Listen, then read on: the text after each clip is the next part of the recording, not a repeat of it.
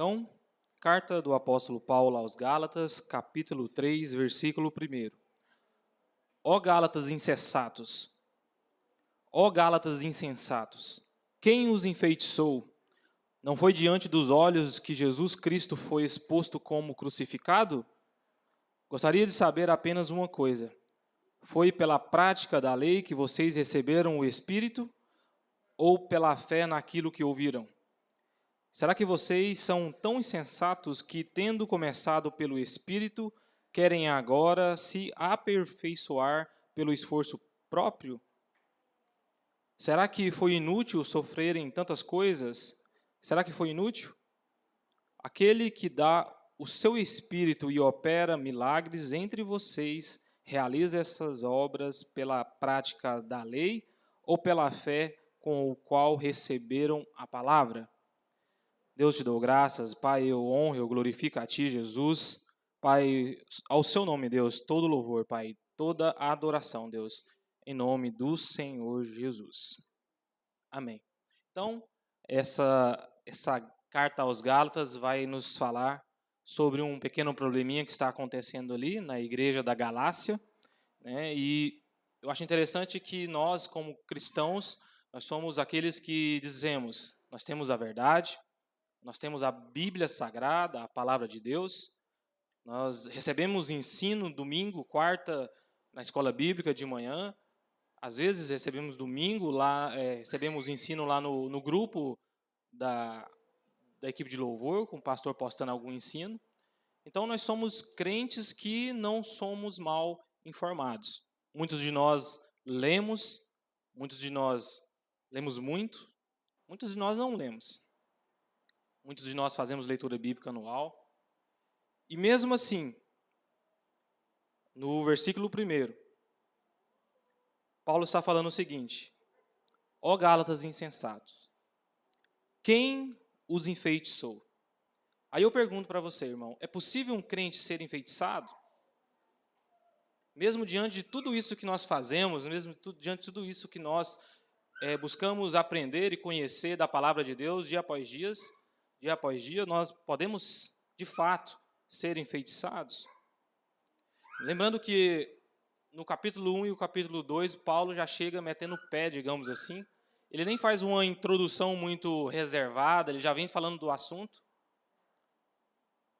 sobre o problema que está acontecendo ali, ou seja, há cristãos, ou pelo menos pessoas que se falam ser crentes, trazendo um outro evangelho, uma outra coisa além daquilo que ele havia pregado. E ele amaldiçoa esses homens, aquele que faz isso, ele chama de amaldiçoado. E aí no versículo 3 ele começa a fazer essa defesa, né? O 3 e o 4 ele vai fazer a defesa do evangelho aí, ou daquilo que ele havia ensinado a eles. Então o primeiro ponto que eu quero falar com vocês é que o pessoal está sendo enfeitiçado. Os judaizantes chegam lá, os falsos mestres chegam dizendo que a graça não é suficiente. Eles chegam lá na igreja falando que Jesus Cristo na cruz não é suficiente.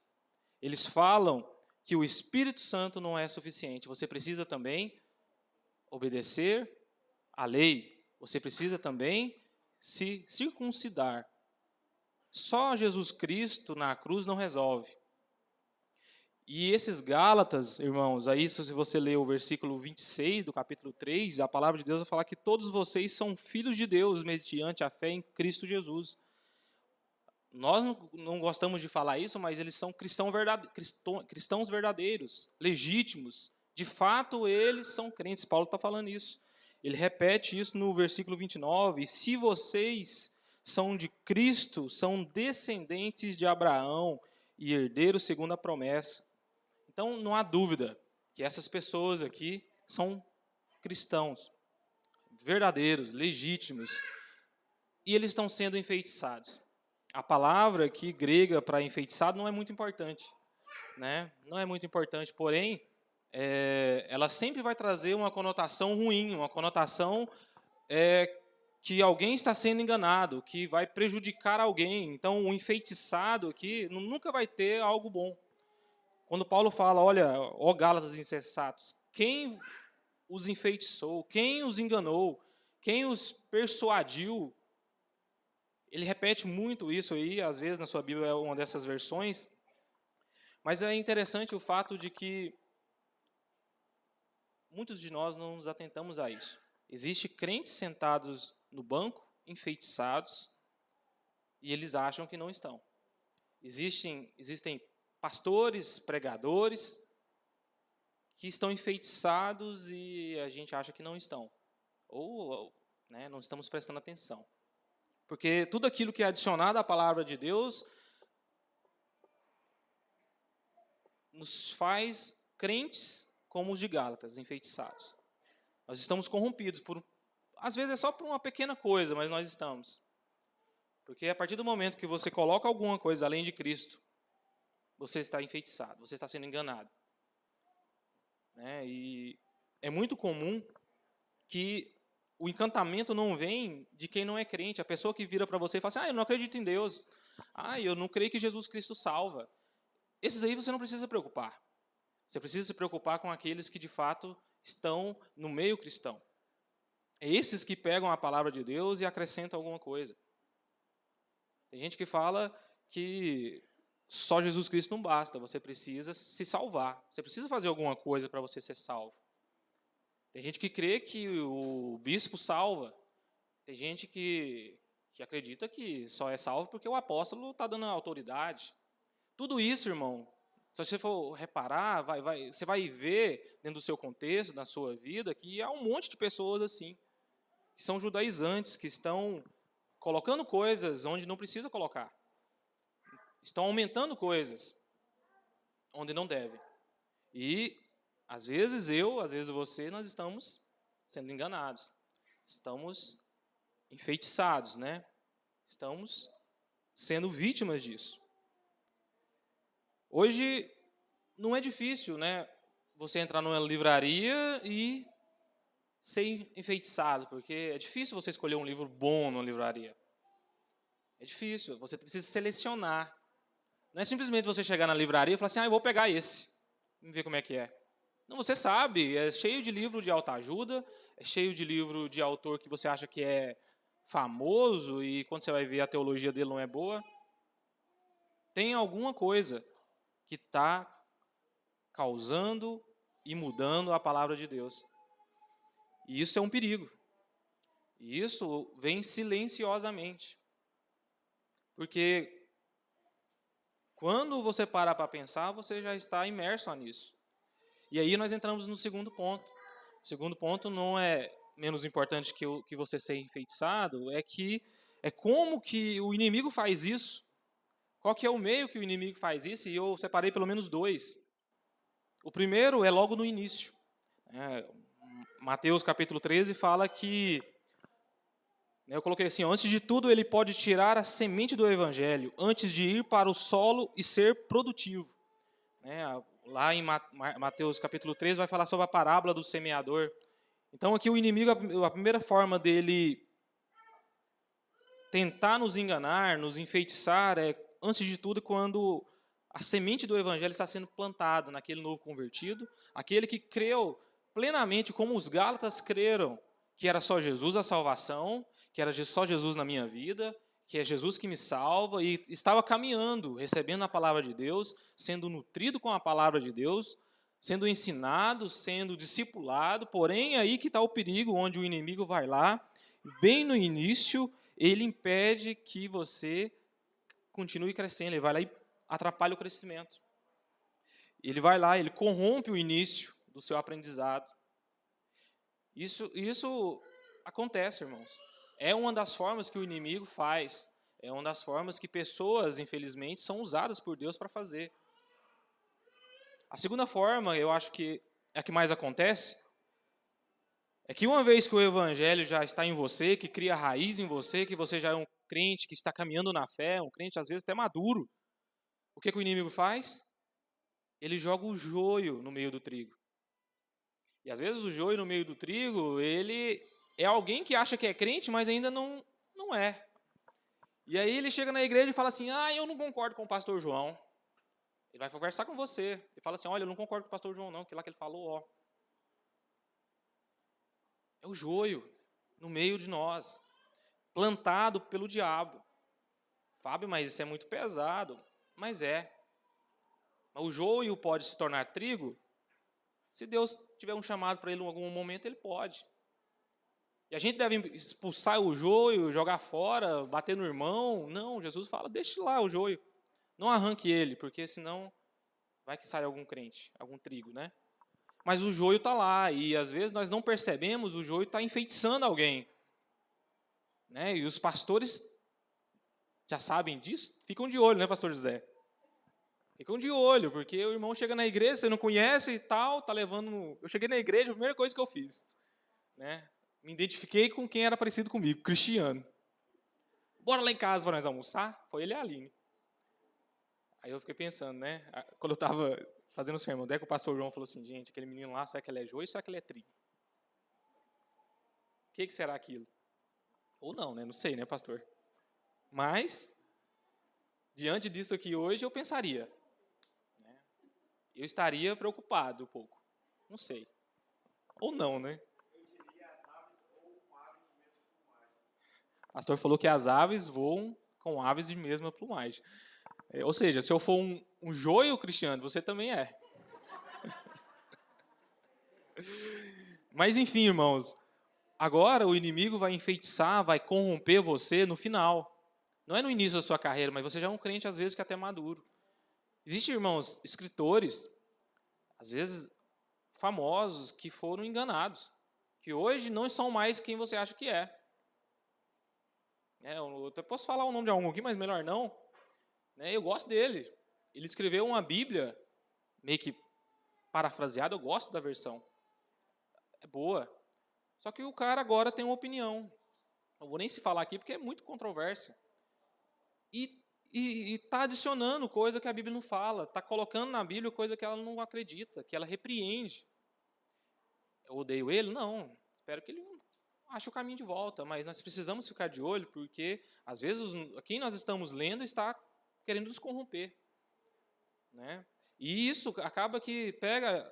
Eu, que sou aqui da Igreja Batista Nacional Ebenezer, e que eu creio com 100% de certeza que eu estou numa igreja legítima, que preza pela palavra, que não adiciona aquilo que a Bíblia não coloca, isso pode me tirar daqui.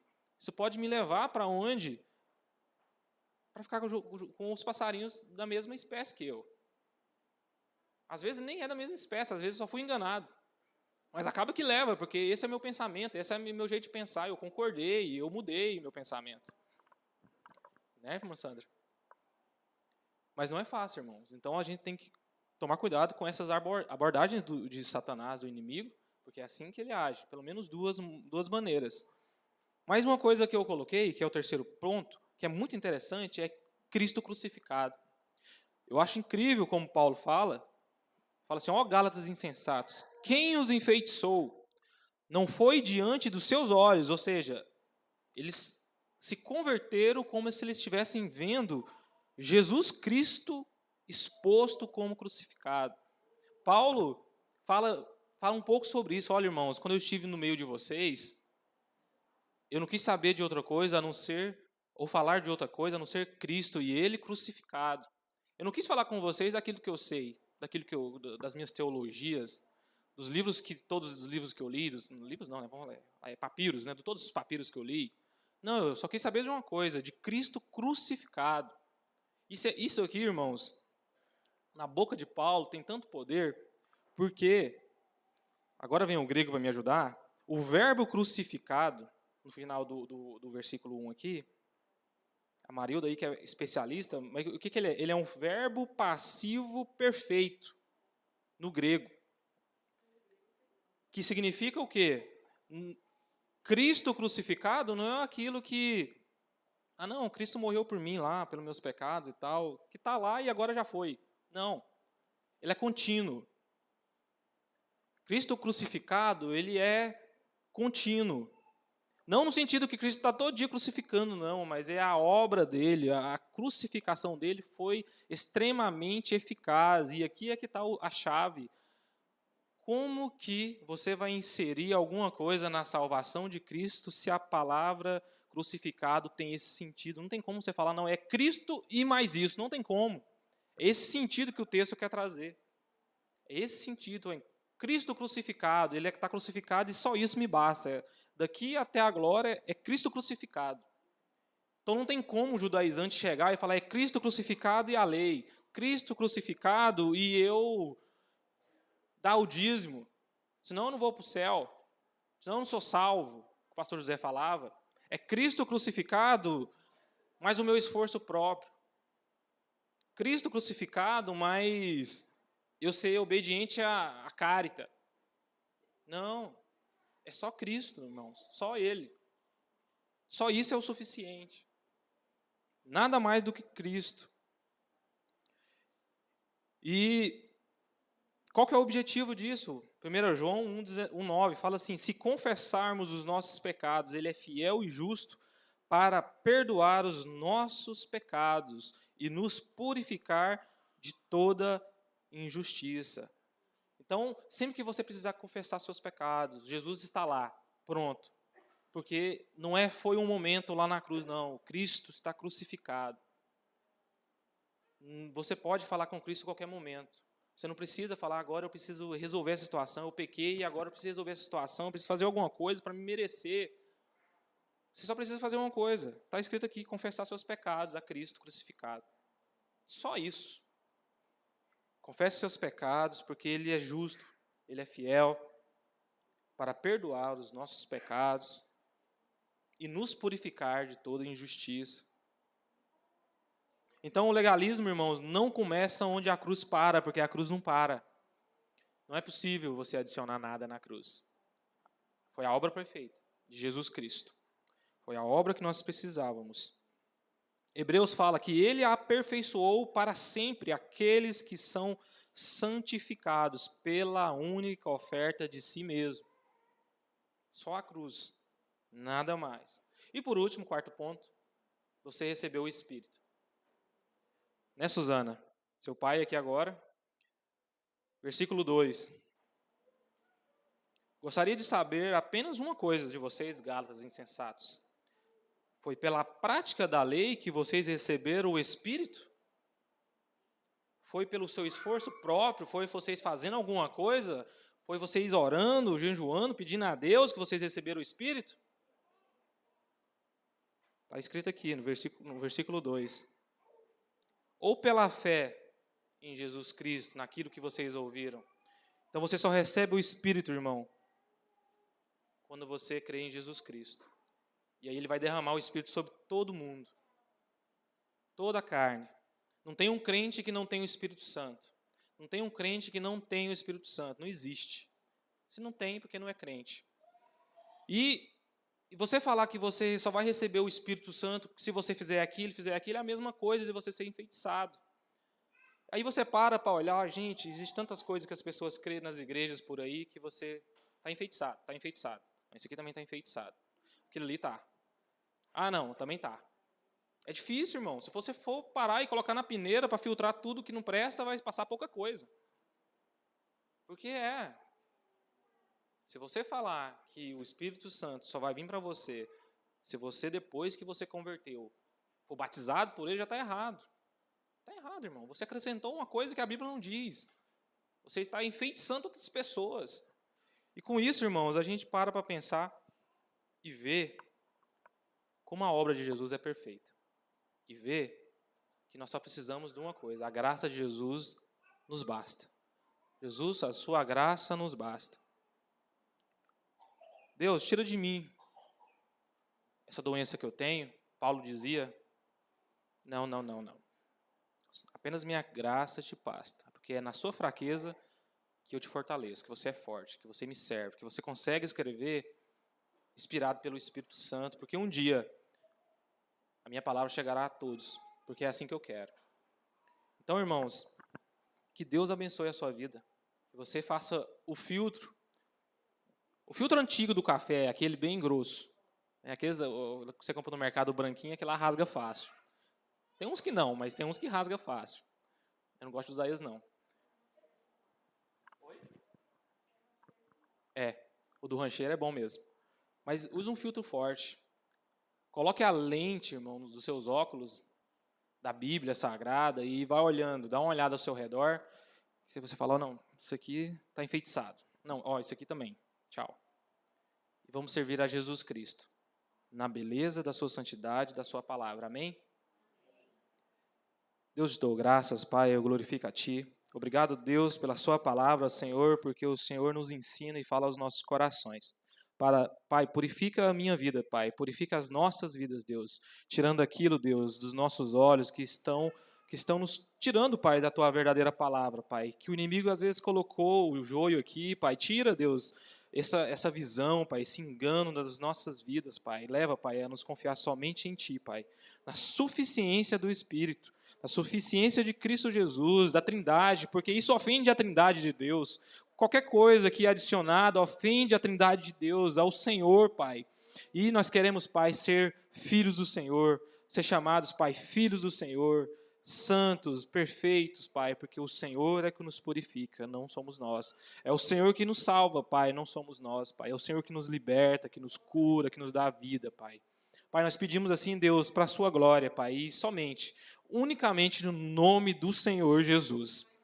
Amém. Então, com oração silenciosa, estamos encerrados. Que Deus abençoe você.